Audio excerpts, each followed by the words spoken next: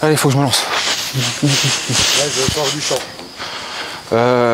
Parce que, ouais. Vas-y, sors tout court. Fais ton intro et puis après tu viens me dire ce que tu prends comme matos. Un baudrier puis une combi. Salut à tous, j'espère que vous allez bien. Aujourd'hui, on part en spéléo avec Thibaut. Bonjour. Bonjour à tous. Et on va partir à la grotte des Cavottes. Exactement, la grotte des Cavottes, là, qui est juste derrière toi. Donc effectivement, on va aller faire une petite balade d'à peu près 3 heures sous terre. Super. Et puis pimenter différentes choses, tu verras. Oh, j'ai peur. Ouais, bah, tu peux. Okay, on va aller s'équiper. Allez, on s'équipe. On s'équipe? Allez, on s'équipe, c'est parti. Ouais, si tu veux faire ton plan à la Mimimati. Ouais, je sais pas. J'aime bien ce nom-là, le plan à la Mimimati. Plan à la Mimimati. Ok. 1, 2, 3. Ouais. Nickel. Allez. Chercher les... T'as fermé ta bagnole? Yes. Au top. Tu fais gaffe à la manière dont tu te déplaces, hein. T'hésites pas à poser les mains, t'hésites pas à t'asseoir s'il y a besoin. Ouais, c'est chaud quand même. Ouais. Bienvenue. Merci. Installe-toi.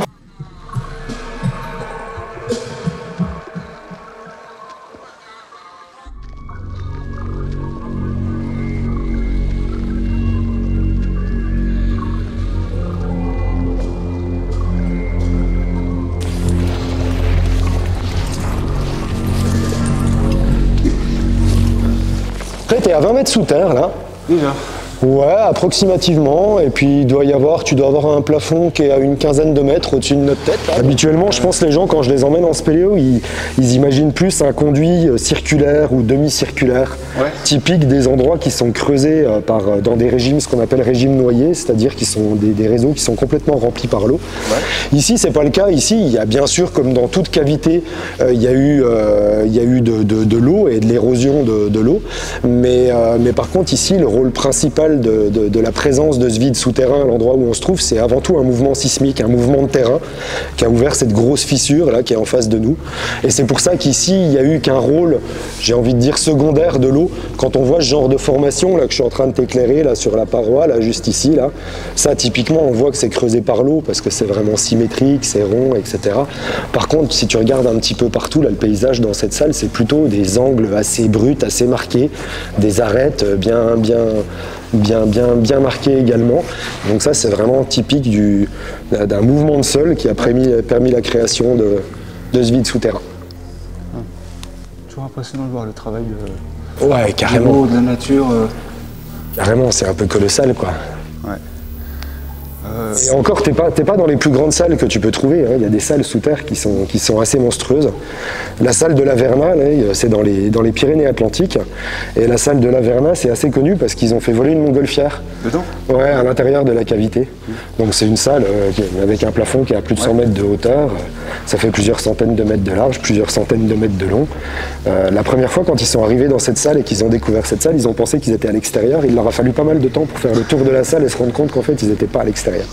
Ça part dans la fissure. Allez, c'est parti.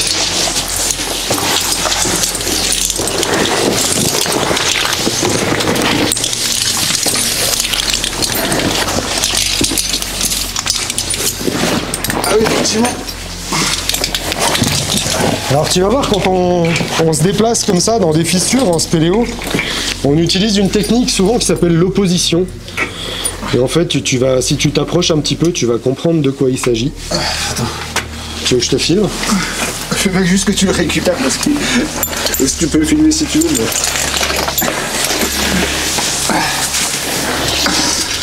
Oh, mais c'est un gros garçon.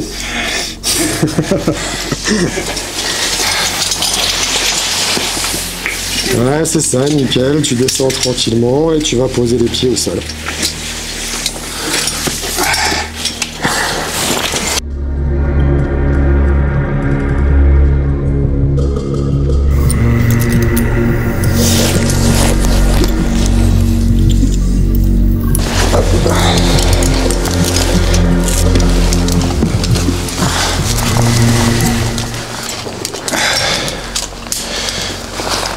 Faut pas aller là, quoi.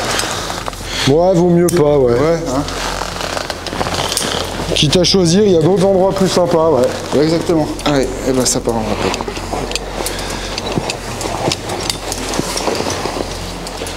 Hop. Je te fais entièrement confiance pour le coup. T'es complètement inconscient, j'ai envie de te dire. En fait, j'aime pas quand je suis à la merci de quelqu'un. Ah bah ouais, je te comprends. Hein, je pense qu'à ta place, je serais pas fier non plus. je suis pas grand sourire. Ouais, nickel.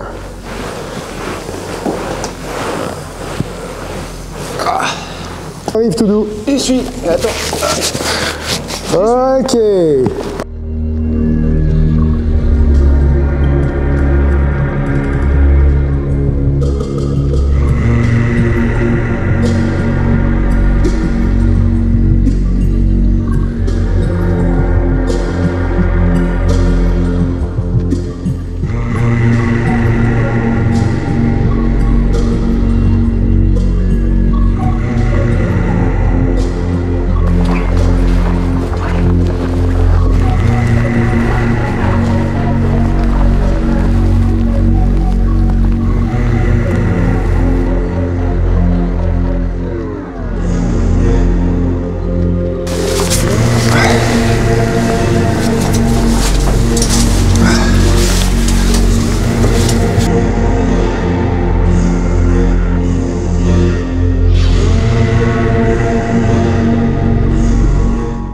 Du coup, là, on va faire une tyrolienne pour rejoindre la première salle par laquelle on a accédé à la cavité tout à l'heure, pour faire une fondue.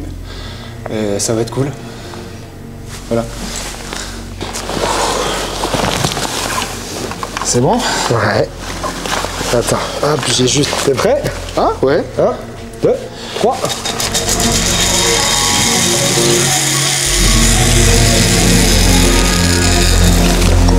Hop là.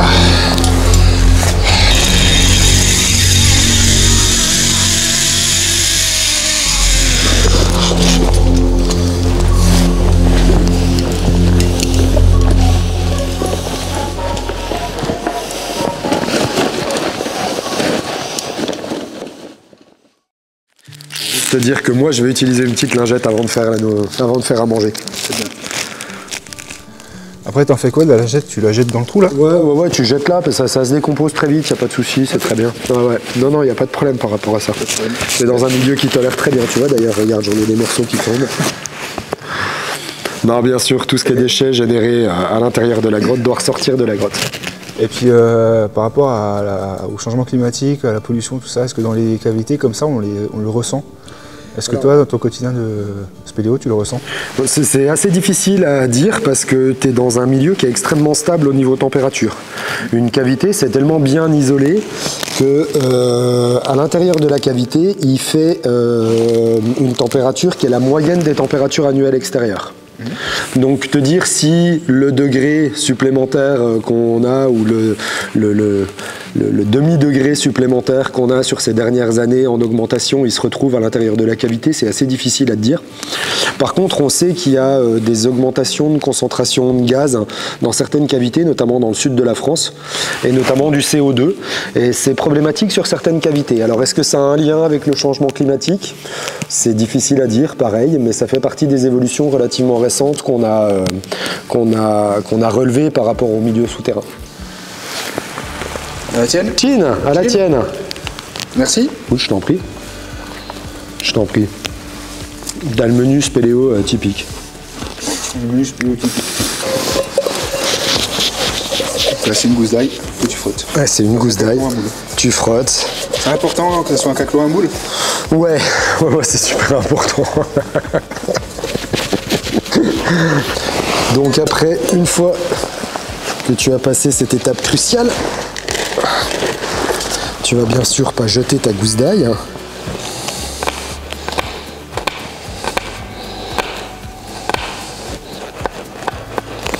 Hop. Et puis après, tu as un ingrédient essentiel quand même pour faire la fondue. C'est le vin. C'est le vin, bien sûr. Et là, tu vas avoir une fondue avec un petit assemblage chardonnay savagnin qui est produit à côté de Neuvy-sur-Seille. On va faire chauffer un petit peu le vin. Non, moi, je te mets après. Le vin, tu le mets après? Ouais. Tu mets déjà un peu le fromage? Je mets le fromage, après je mets un verre de vin. Ouais. Et voilà. Ah ça, Tu sais, chacun a sa méthode. ah ça. J'ai eu des débats très longs sur... Pareil, quand tu remues, est-ce que tu remues en 8? Ouais, j'en remets en 8 moi. Ah bon, d'accord, ok. Ça fait un point commun.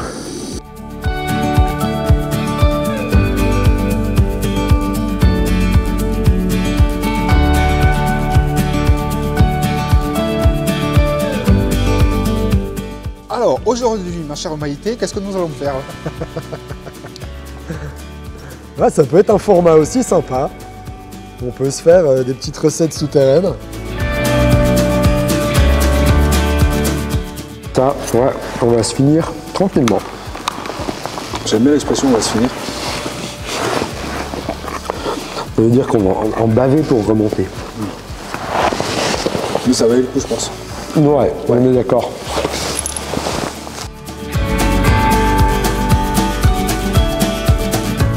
Dans le cadre. Merci à tous d'avoir suivi cette aventure spéléo fondue. Merci Thibaut. Bah, je t'en prie, merci à toi. Merci à toi. Ta présence, ta bonne humeur. C'était cool. Bonne humeur. Ouais. Sûr ok. Bah ouais, bien sûr. Non, t'as pas l'impression. Non. Bon, bah d'accord, t'as fait la gueule tout le long, merci. Sympa. Merci d'être venu. On va peut-être la refaire en fait. Tu t'abstiens la prochaine fois. Ouais. Bah, merci à tous d'avoir suivi ces aventures spéléo avec Thibaut. Merci pour la fondue. Merci à toi, Maxime. C'était un plaisir. Quand tu veux. À la prochaine. À la prochaine. Et aussi à la prochaine, n'hésitez pas à vous abonner, à partager, à activer la cloche et à aimer. Voilà. Salut et à la prochaine. Salut à tous. Ouais.